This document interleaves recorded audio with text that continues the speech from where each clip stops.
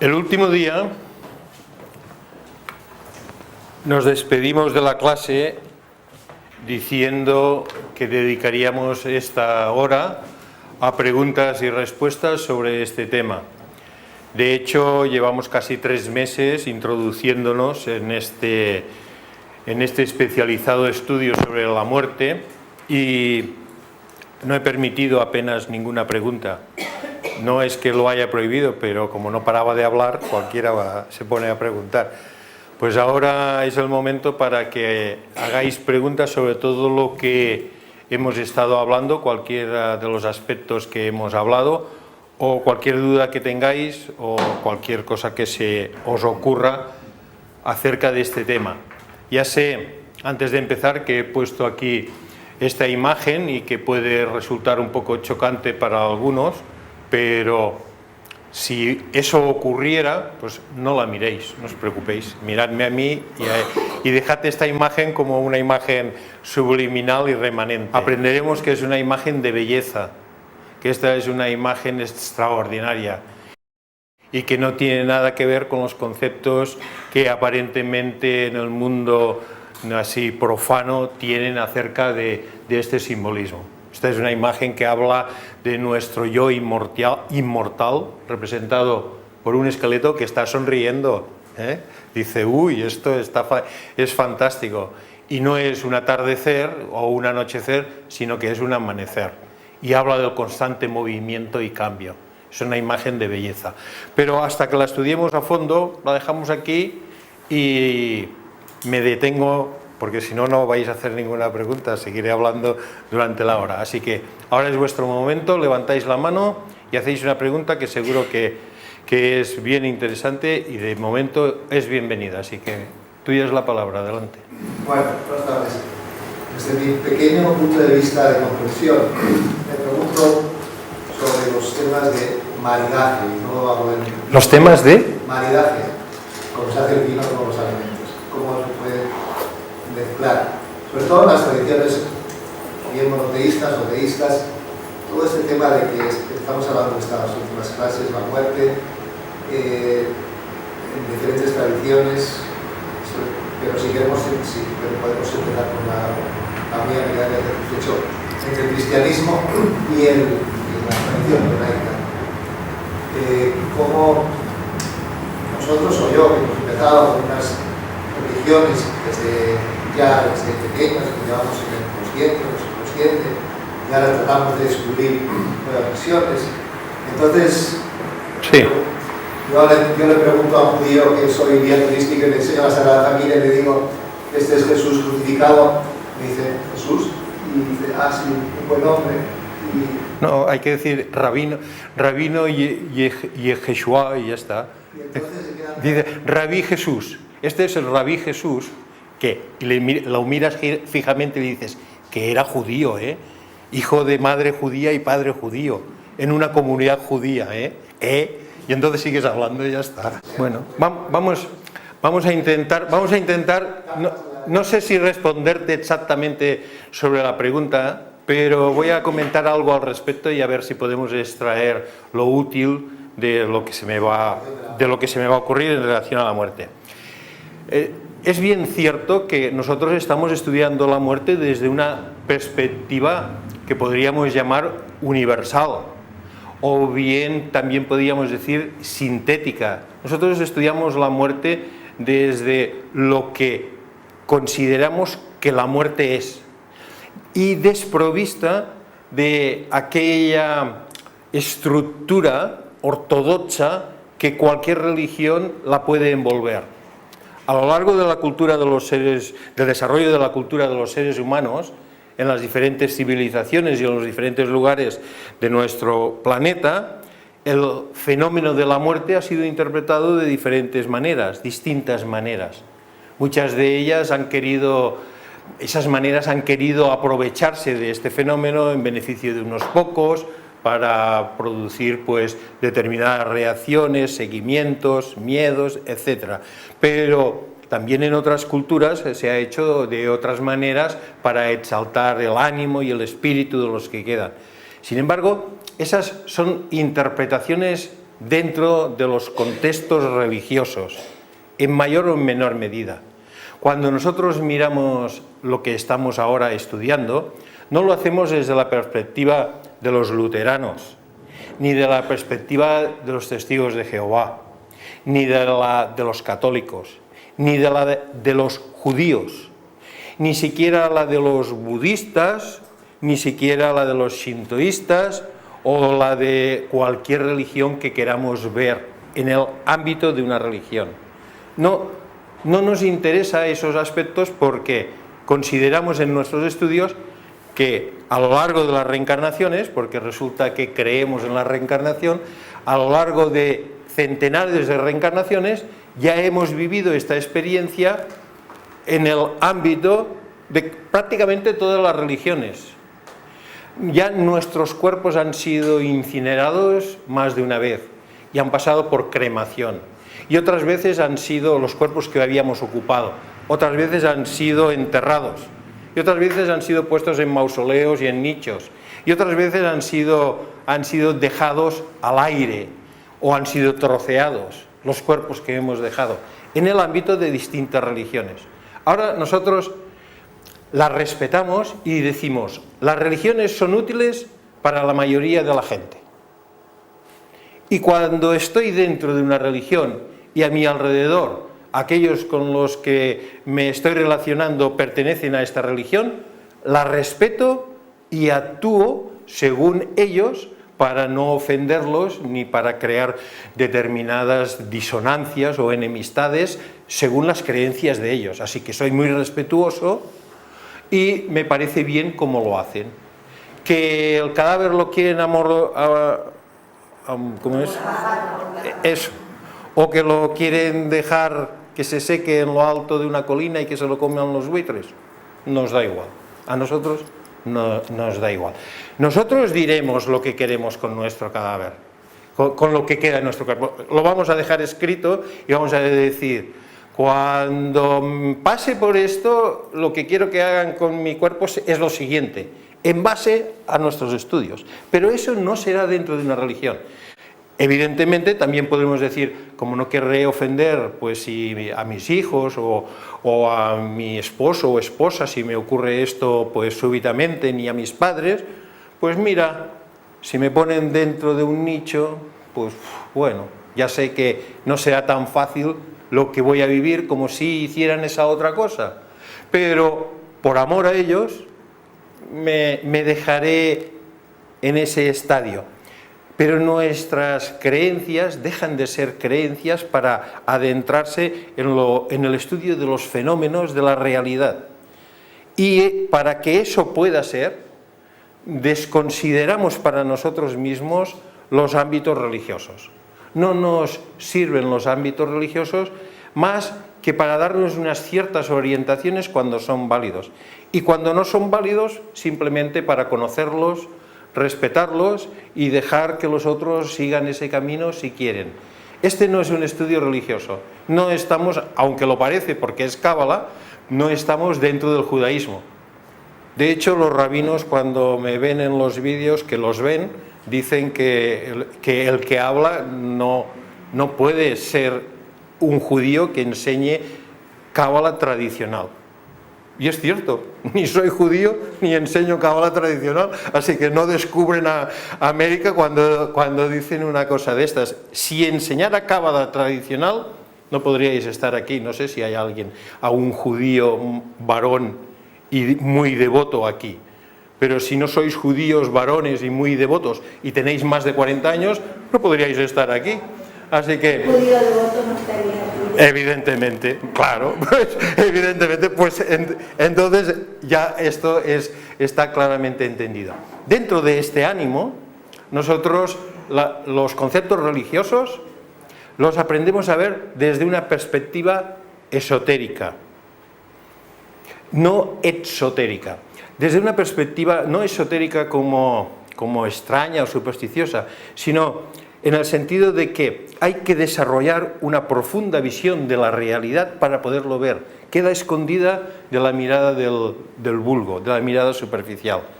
Esta es nuestra perspectiva.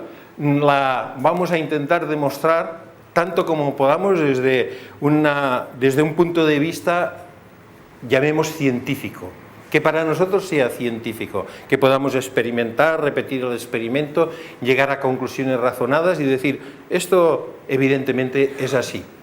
En cuanto a las religiones, las respetamos. No, lo que nosotros decimos no es para todo el mundo. Es solamente para unos pocos que están en el ánimo de querer ir más allá de la simple creencia religiosa. Es para esos pocos que son capaces no de obedecer ciegamente lo que dicen otros, sino de hacerse grandes y trascendentales preguntas y quererlas resolver, querer tener la respuesta de esa pregunta a través de una experiencia que sea razonablemente repetida y finalmente asumida. Otra pregunta, por favor. Usted. Comentaste que en el proceso de restitución, sí, el excesivo apego a la forma física puede llegar a producir una agonía a la hora de morir. ¿Esto es aplicable cuando somos nosotros los que influimos en otro ser por nuestro apego? Es decir, nuestro apego hacia otros seres puede provocar esa situación. Sí. El apego hacia otros seres puede dificultar, bueno, hacia otros seres humanos, no entendemos, ¿no? Es que seres hay muchos, uno de 4 patas es un ser, también, sí, ciertamente también. Bueno, el hecho es que nuestro apego hacia otros humanos que estén en el proceso del fallecimiento puede dificultarles la salida.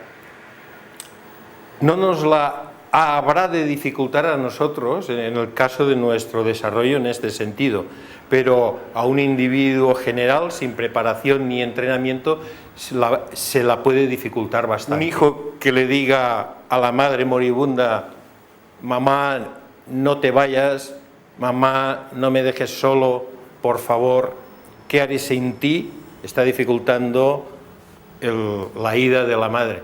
La madre puede sentirse muy atada a una experiencia en el plano físico que ya está finalizada. Desde ese punto de vista, nosotros deberemos ejercer una cierta responsabilidad para con nosotros mismos cuando nuestros parientes pues estén en el acto de desapegarse, o es decir, en el acto de morir. Y aunque sean muy queridos, cuando podamos reconocer que esto ha llegado a un final, pues hemos de saber cortar y hemos de saber decir, lo has hecho bien, ha sido extraordinario nuestro encuentro y nuestro tiempo en el que hemos vivido juntos, y ahora reemprende tu nueva etapa, que la vida es muy larga, nos volveremos a encontrar. Aprenderemos técnicas al respecto, hay técnicas muy precisas al respecto para facilitar este hecho, porque, como decías en la pregunta, se puede influir muchísimo a la hora de la muerte, del momento último de la muerte, en aquel que ha de irse. No solo ese individuo para consigo mismo y los apegos que pueda tener al cuerpo físico y otras cosas, puede tener apegos de otro tipo. Vimos que eran 4 el tipo de entidades con las que hemos estado colaborando y que hay que aprender a relacionarse y a despedirse de ellas, pero dentro de esas características, pues el hecho de que nosotros podamos influir en esa despedida va en las dos direcciones, impedirla o favorecerla. Más preguntas, usted dirá. Yo quería decir que, según esto, la mayoría de muertes son traumáticas, entonces. La mayoría sí, aquí tenemos... Un ambiente negativo, un ambiente de despedida, un ambiente de finalizar algo, entonces...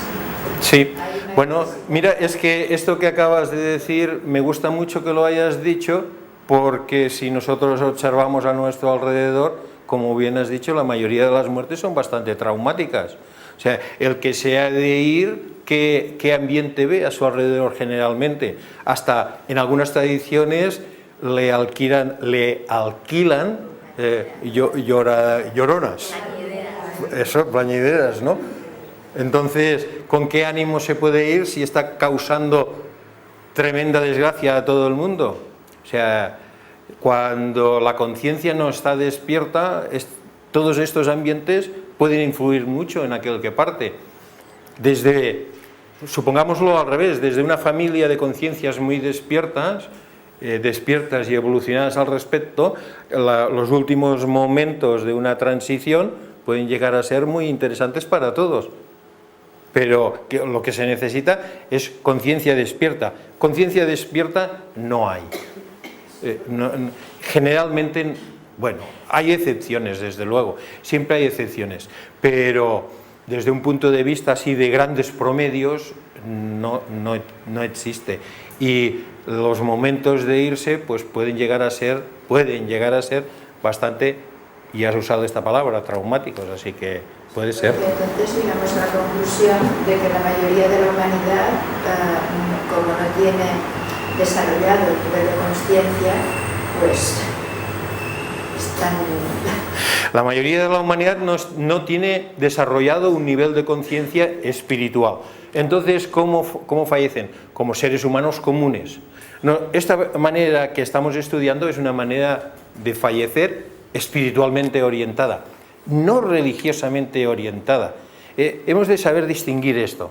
Un religioso, sea un sacerdote, un clérigo, un monje, puede ser muy poco espiritual y muy religioso. Si el hecho de vestir un hábito y pertenecer a una religión fuera equivalente a estar espiritualmente desenvuelto, la verdad, no sé si esto lo dejaré en el vídeo,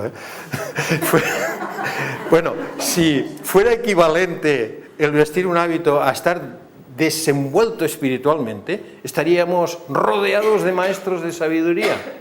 Tendríamos adeptos por doquier, pero no los vemos, no los vemos. Cuando vemos determinadas religiones y escuchamos lo que se descubre de cómo actúan y de lo que hacen en ámbitos políticos, en ámbitos de celibato y todo esto, decimos... Entonces, ¿qué es lo que ocurre?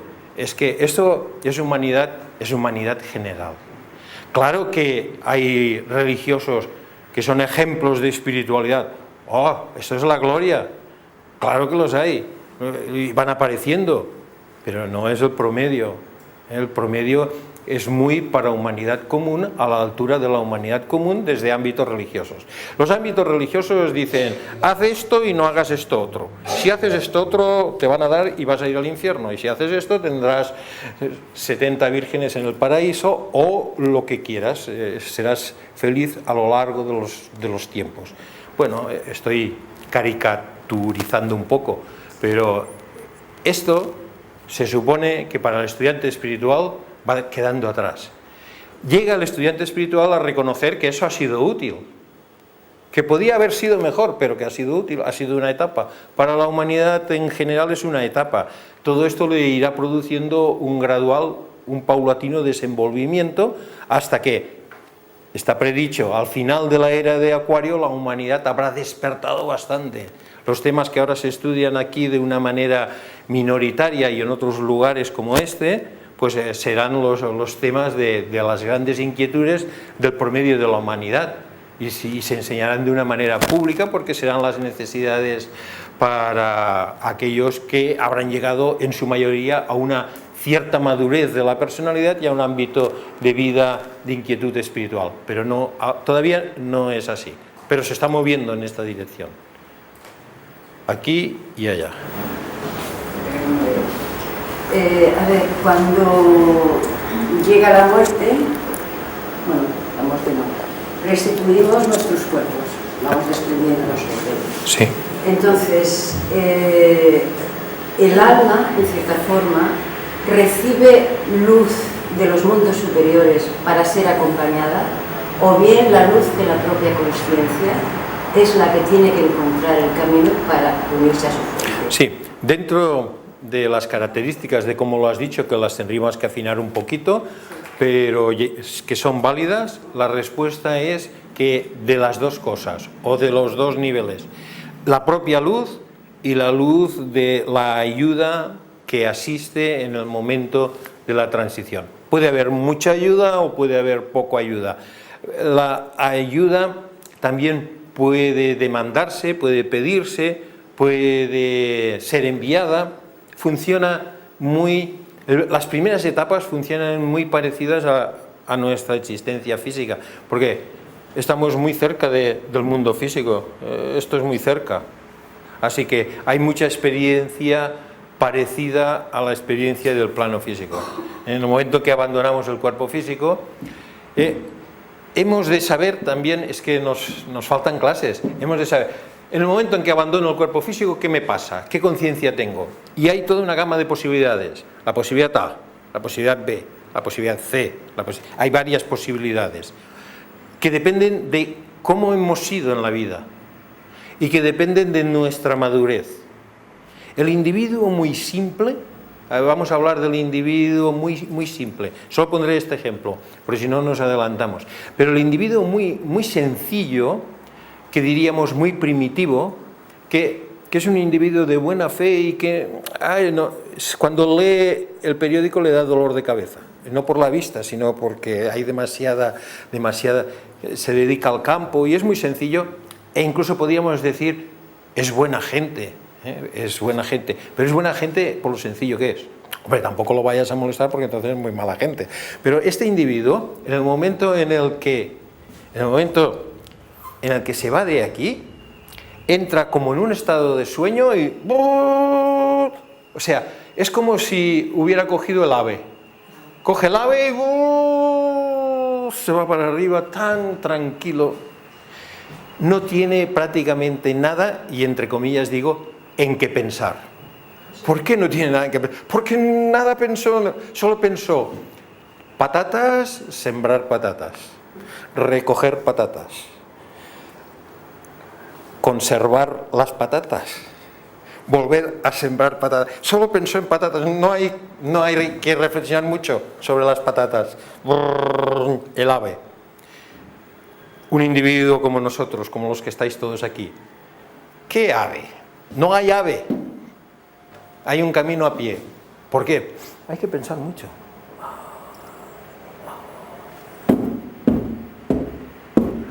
Y este camino a pie puede ser de diferentes maneras. Decíamos, es distinto si sales por el corazón, si sales por la cabeza, si has estado mirándote el ombligo, sales por el ombligo. Si has sido un individuo egoísta, si has sido un individuo del corazón, si has dedicado tiempo de tu vida al ámbito del corazón, a amar, a servir, eso es muy distinto en el momento en el que sales. Es como si dijéramos que las asistencias son distintas. Estás haciendo autostop y llega un buen coche y buena gente para conducirte más arriba. Porque en el momento en que sales, estás hasta cierto punto en un mundo nuevo, te cuesta. Ahora, cuando se ha llegado a un determinado nivel de la experiencia post-mortem, es el sol. Y cuando es el sol no hay problema. Ya está. Pero hay todo un trozo. Esto es el cuerpo físico. Desaparece el cuerpo físico y nos hemos quedado sin cuerpo físico. Pero está Yesod. ¿Qué es Yesod? Está Hot. ¿Qué es Hot? Está Netzah. Y luego, ¿veis dónde está esta imagen? Esta imagen es la que te dice, ¡hey, mira cómo aparece el sol! Mira cómo está saliendo el sol. Pero antes de que salga el sol, hay mucho de lo que desprenderse y mucho que cosechar. O sea, según esto del campesino, todos van a la fuente, todos llegan a que te... Sí, todo el mundo. Sí, esto que acaba de decir ella es muy importante. Ningún ser humano se pierde. Ni ningún ser humano... Podéis estar seguros y podéis hacer una apuesta si queréis. Sí, se pueden hacer apuestas para otras vidas o para después de estas. Sí, la conciencia no desaparece. Podéis estar seguros. Nadie desaparece ni deja de existir por el hecho de que su cuerpo físico se haya estropeado hasta el límite de ya no poder albergar la vida ni la conciencia. No existe una cosa así como el infierno eterno. Olvidaros ya de esas tonterías. Son absolutas tonterías para asustarnos cuando éramos pequeños. pequeños en conciencia. Sirven a muchos. ¿Irás al infierno? No se lo cree nadie. Pero por si acaso, todo esto son ámbitos religiosos, tienen su función. De verdad que no voy a poder editar este vídeo. Tienen su función, pero para nosotros, si queremos ir a una profunda realidad de esta experiencia, hemos de deshacernos de todo esto. ¿Qué infierno?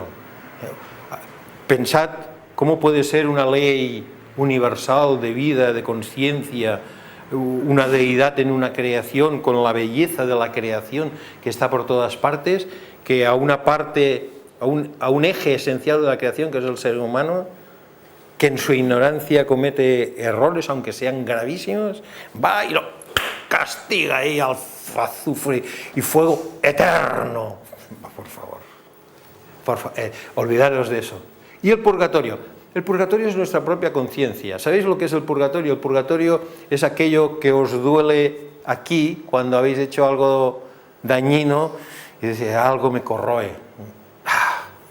¡Qué desagrado! Ese es el purgatorio. Ese desagrado que, no, yo tengo que arreglar eso, Hablaremos de estas cosas. Estamos bajo una ley universal de amor y de belleza. Es nuestra ignorancia la que nos impide verla y vivirla en plenitud.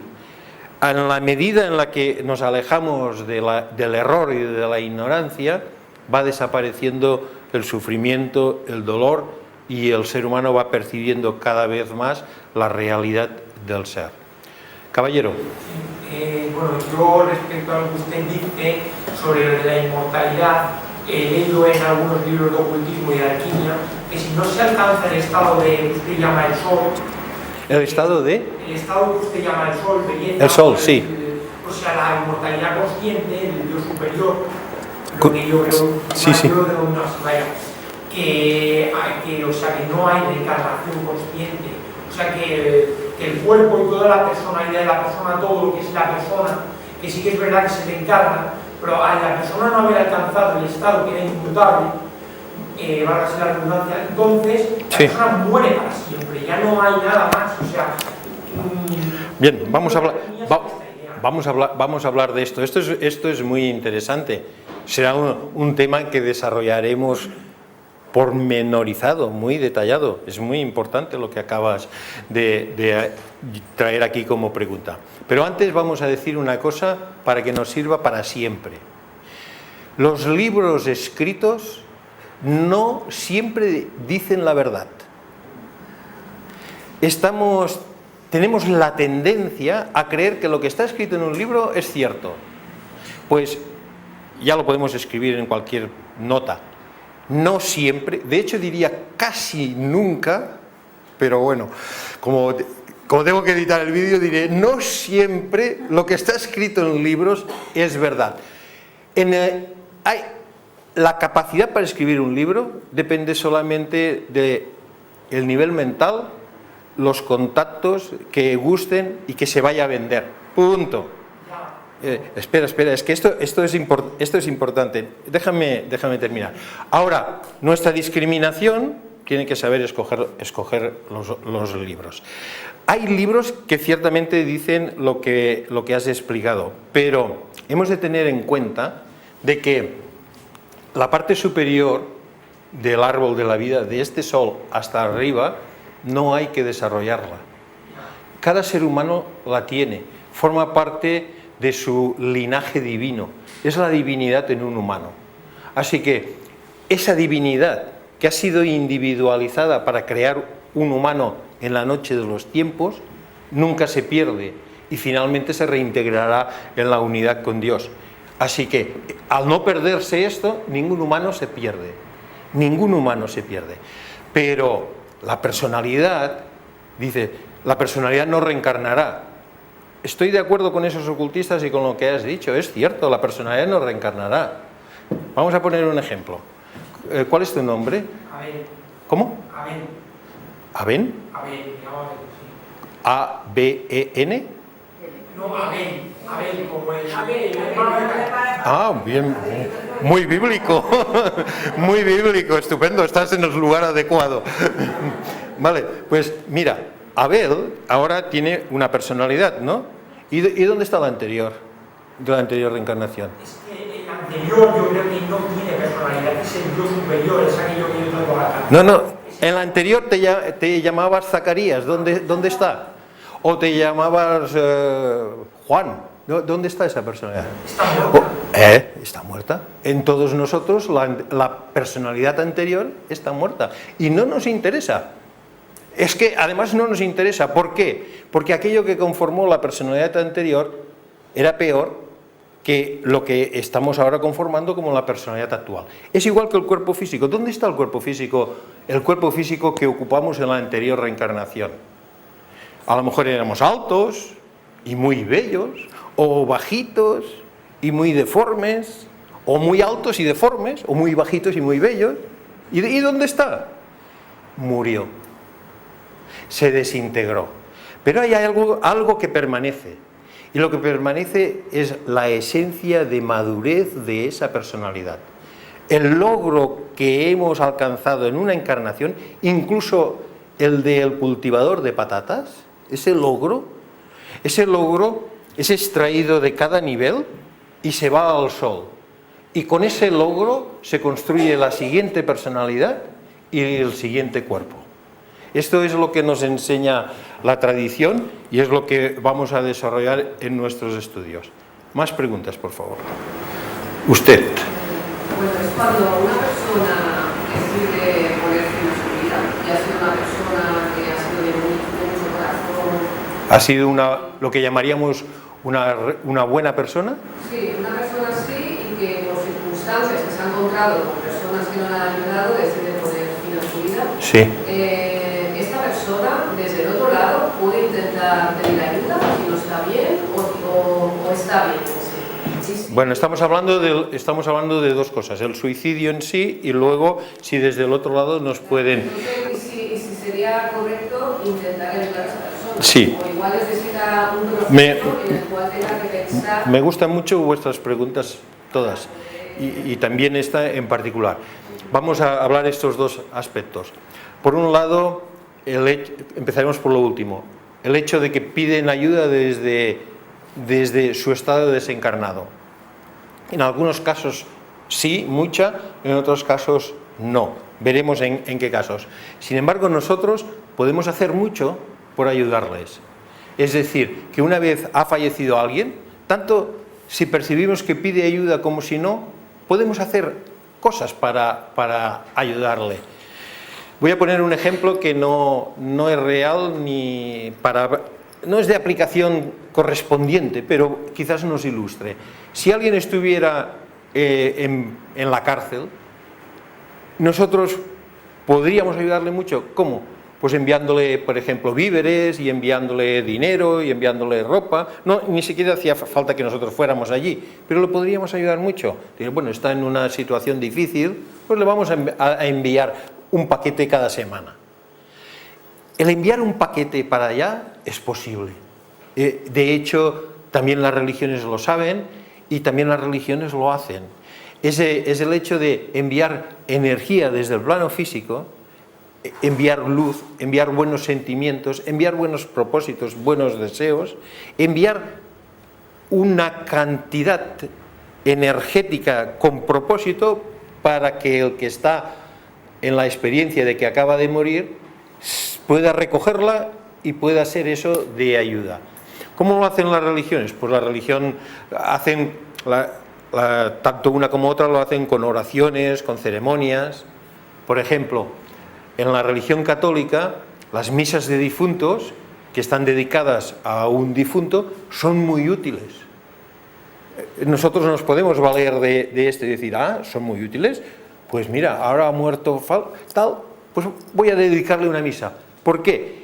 Porque la experiencia de siglos y siglos y el trabajo ceremonial y el modus operandi que tiene la religión católica en esto hace que ese hecho, incluso efectuado por un sacerdote que sea ignorante y que simplemente diga, esta misa está dedicada al que se murió y esté pensando en la mona de Pascuas, el sacerdote, incluso bajo esa perspectiva negativa que podría darse, no digo que se dé, que podría darse, incluso con esa perspectiva, la misa de difuntos es útil y crea un ámbito de impulso hacia la luz en aquel que se ha ido.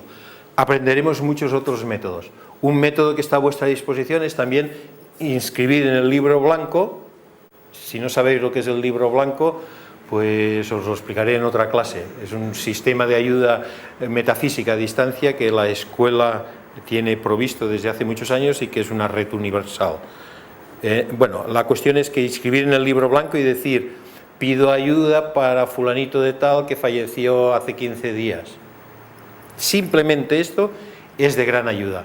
Así que pueden estar pidiendo ayuda o puede que no, pero en todo caso nosotros enviamos un paquete y que luego con ese paquete hagan lo que mejor puedan. Ahora, hablemos del suicidio. El suicidio se basa en una ley muy simple y categórica, así. ¿Qué es? Es alguien que ha creado unas condiciones. Observad el primer paso. Alguien que ha creado unas condiciones no quiere asumir las consecuencias de esas condiciones. Y entonces dice: me suicido. Si entendemos esto, para entender esto se necesita visión y se necesita haber profundizado bastante en el entendimiento profundo de la vida, en las perspectivas espirituales. En primer lugar, hay que decir: ¿esto lo ha creado un individuo? A ver, ¿ese hecho lo creó un individuo? Porque el conocimiento común es que el individuo ha sido una víctima. El conocimiento esotérico no es una víctima, él es el origen de todo lo que vive. Cada ser humano es el punto de partida que crea todo lo que el ser humano vive. Entonces, ha creado una serie de condiciones, no las quiere asumir. Tiene la opción, se puede suicidar.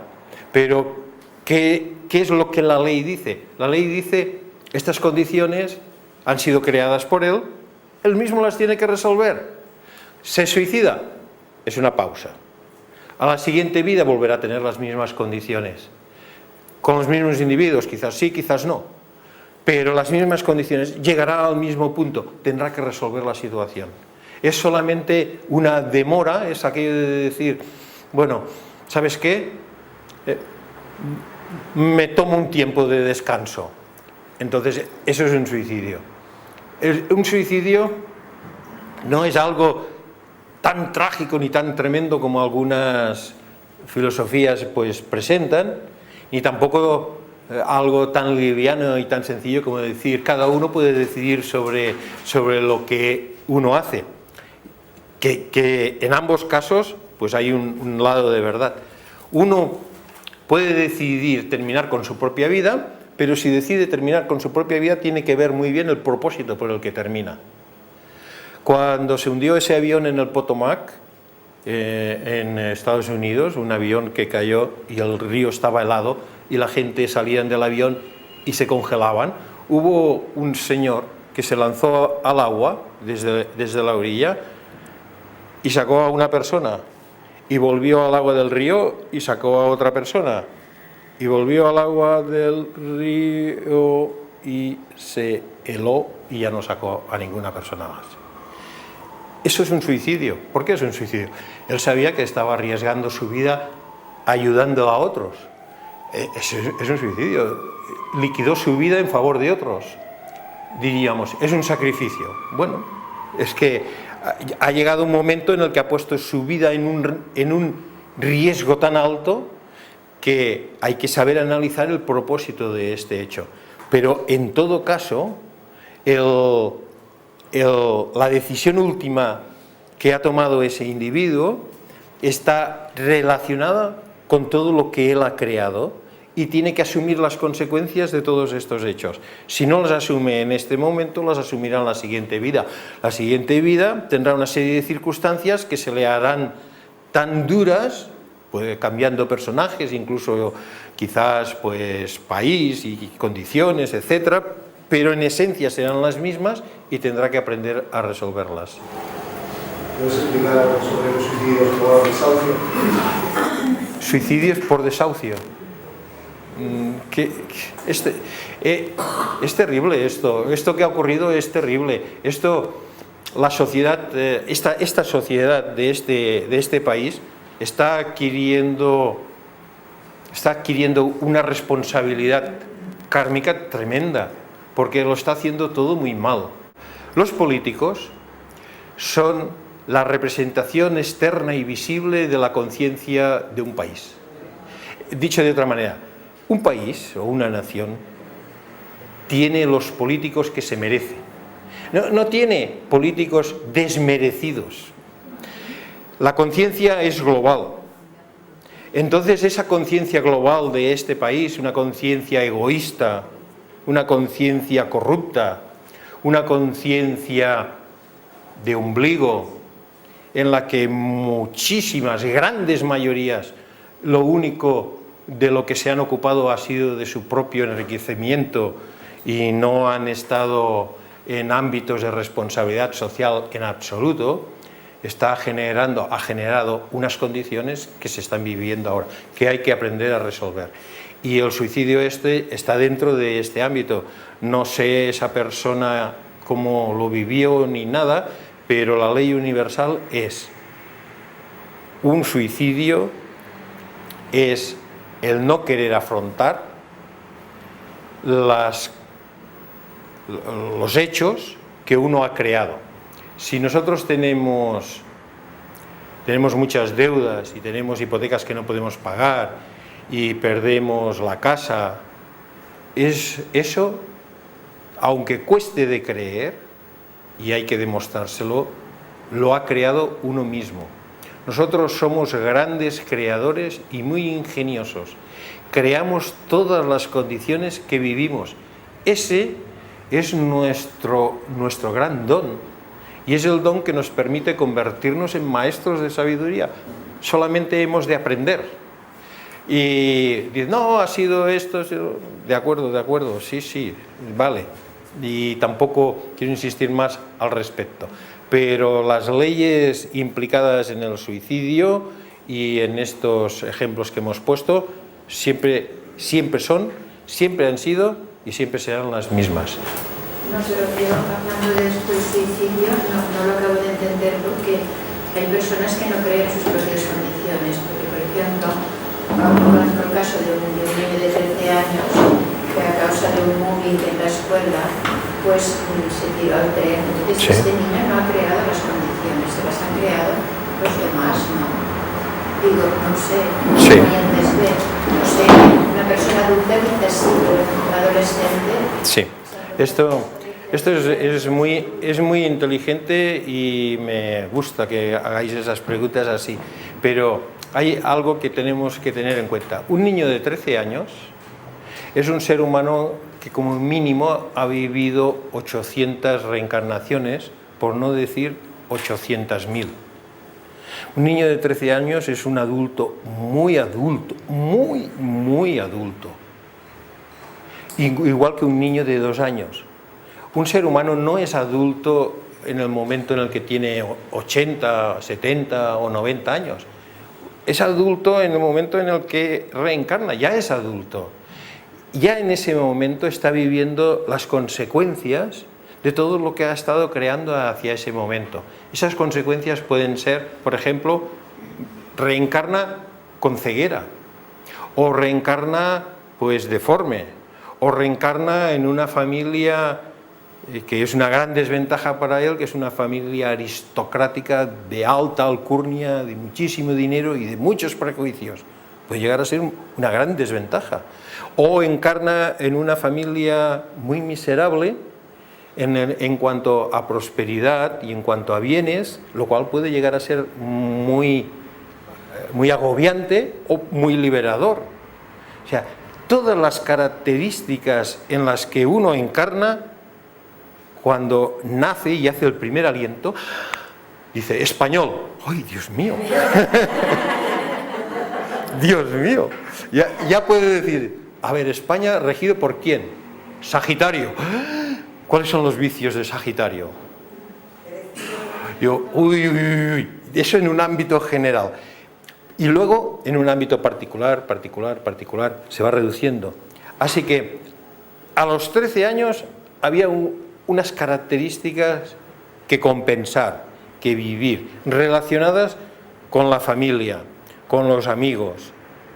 Todas esas leyes están vivas.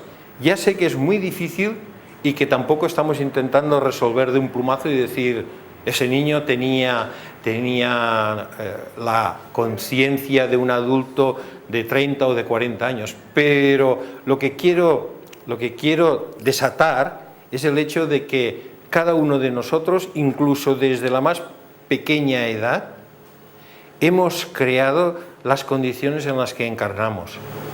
Pero, por ejemplo, un niño que nace con una cierta patología, por ejemplo, con síndrome de Down, ¿sí? este niño, claro, según todas estas explicaciones, también tiene un pasado ¿sí? que ha creado una personalidad propia. Entonces, Sí, te recomiendo leer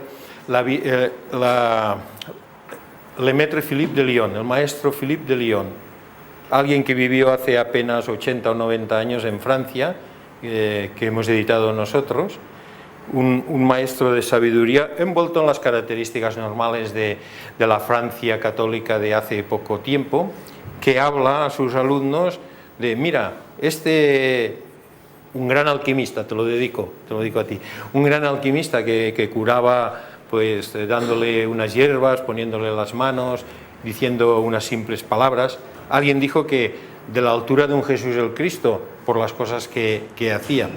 No dice que fuera un Cristo, pero de gran altura. Pues este señor, en medio de sus explicaciones, habla mucho de este está enfermo y es paralítico porque en la vida anterior, y la gran lección que tiene que aprender es que, eso lo explica, sale ahí.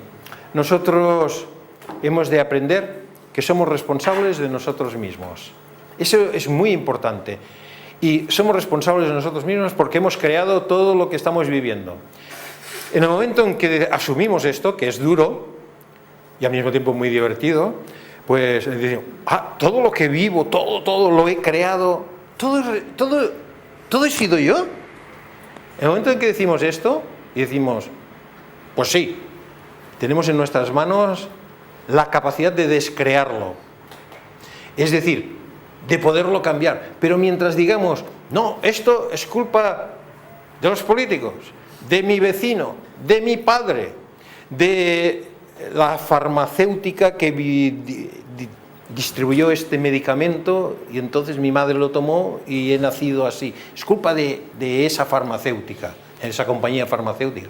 Entonces estamos dando el valor de creación, nuestra subconsciencia sigue esa sugestión y dice, no puedo cambiar porque la responsabilidad de lo que vivo es de otros. O sea, creo la condición de no crear. Pero siempre nosotros somos el origen de todo lo que vivimos. Lo que nos parece feo, lo que nos parece horrible, lo que nos parece bello. Nosotros no tenemos ninguna dificultad en asimilar y en decir que lo bonito, lo bueno y lo constructivo lo hemos creado nosotros, ¿no? Y lo otro no. Qué injusto, ¿no? O sea, qué injusto, ¿no? Todo es nuestra responsabilidad.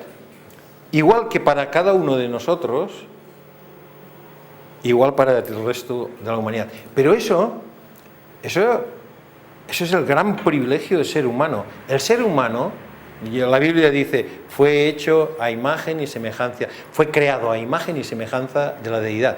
Es decir, la deidad crea todo el universo, toda la creación. El ser humano crea su universo. Creador inconsciente hasta que se despierta, comienza a despertarse espiritualmente. Excepto los artistas, excepto aquellos que dicen, no, yo sé que en esta dirección sabe crear, pero creen que solamente se puede crear, por ejemplo, pues dirigiendo películas de cine, ¿no? o pintando. No, es mucho más extraordinario y sublime. Creamos toda nuestra existencia. Hasta que el ser humano no se despierta dándose cuenta de que es creador, pues vive en el ámbito de lo que llamamos el individuo común. En el proceso de la muerte la hemos vivido a expensas de las creaciones de otros, que nosotros les hemos dado el poder. Nosotros podemos crear nuestra propia existencia, nuestro propio paso de la existencia en esta experiencia de una manera extraordinaria. Tenemos la capacidad de hacerlo. Una última pregunta, por favor. Tenemos 3 segundos para la última pregunta. Ahora bien, 2.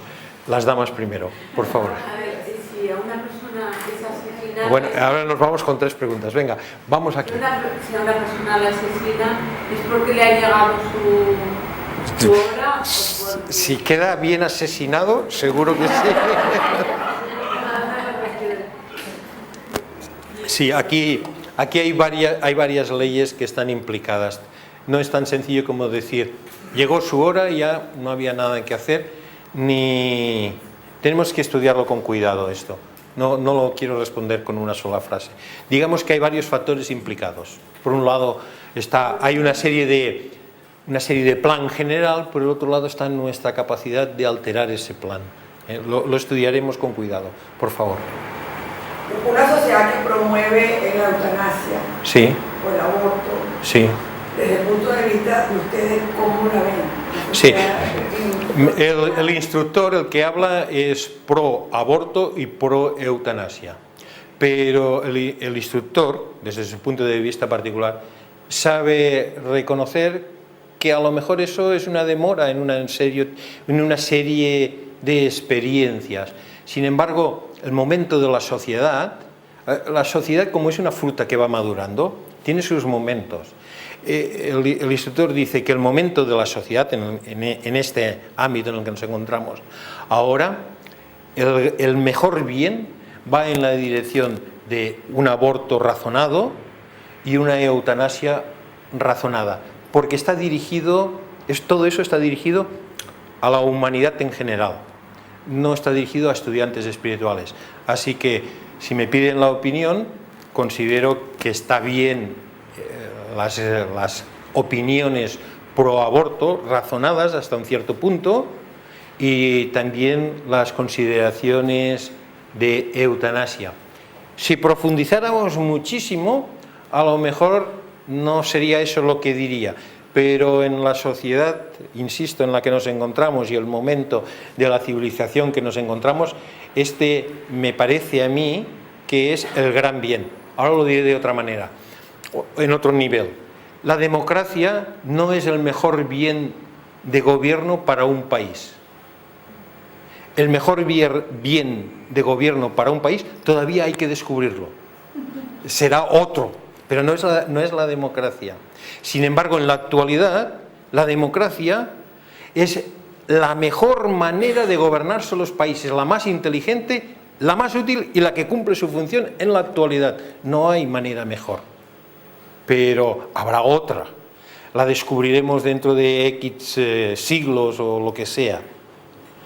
En la misma manera, lo que he dicho del aborto y de la eutanasia es como la democracia, es el mejor bien en este momento bajo unos determinados límites. No es el mejor bien a largo plazo porque habrá que descubrir otros niveles. Pero eso no sería ignorancia a niveles espirituales. Tendríamos que preguntarle a un maestro de sabiduría y decirle: ¿vos cómo vivís el hecho de la eutanasia? Y él te diría: no necesito eutanasia, yo cuando me tengo que ir me voy y punto. Y luego le diríamos: ¿y vos cómo vivís la consideración del aborto? Y diría: ¿y por qué voy a abortar si he decidido crear un nuevo hijo y así lo tengo? Y entonces diría: ¿tú has decidido crear? Y dice: sí, conscientemente, sé exactamente lo que he hecho para tener. Entonces se nos va la olla cuando está diciendo estas cosas. Pero en nosotros, ignorantes, la humanidad estaría dando demasiados cuerpos físicos a la sociedad con nuevos individuos y superpoblando quizás el planeta, y vete a saber cuántas cosas más. Hay muchos ámbitos en los cuales nos encontramos en la fase de inmaduros. Dentro de esa fase de inmaduros, mi opinión, no quiere decir que esa sea la última realidad. Mi opinión en el estado presente va en esa dirección. Si vosotros decís, pues yo soy anti-aborto y anti-eutanasia, pues bienvenidos, si no pasa nada. Aquí todas las opiniones son toleradas, amadas, y se pueden expresar y practicar siempre que no hagan daño en general a nadie. Punto. Tú dirás que nos tenemos que ir. Si aceptamos todas las circunstancias y cosas que nos pasan en la vida, sí, y observamos y aprendemos de todas, sí, solo así podemos transformarlas, tener el poder, ¿no?, de transformar. La pregunta está relacionada con nuestra necesidad de observar todo lo que vivimos, y es así. O sea, nosotros podemos transformar aquello de lo que nos enteramos que está ocurriendo, aquello que vemos que está ocurriendo y que detectamos cómo lo hemos creado. Si no observamos, si no sabemos detectar cómo lo hemos creado, no vamos a saber ver cómo podemos crear condiciones distintas. Así que, como tú decías, la observación y estar atento a todo lo que vemos es la clave que nos permitirá reconocer lo que hemos creado, nos permitirá crear nuevas condiciones. ¿De acuerdo? No sé si ha sido suficiente esta clase para preguntas y respuestas, pero en la próxima clase ya veremos por dónde sale el sol y si hacemos más preguntas y respuestas o avanzamos. Uy, cuántas más. Bueno, la próxima clase haremos más preguntas. Guardárosla para la próxima, que estamos ya en el límite del tiempo, por favor. Vamos a cerrar.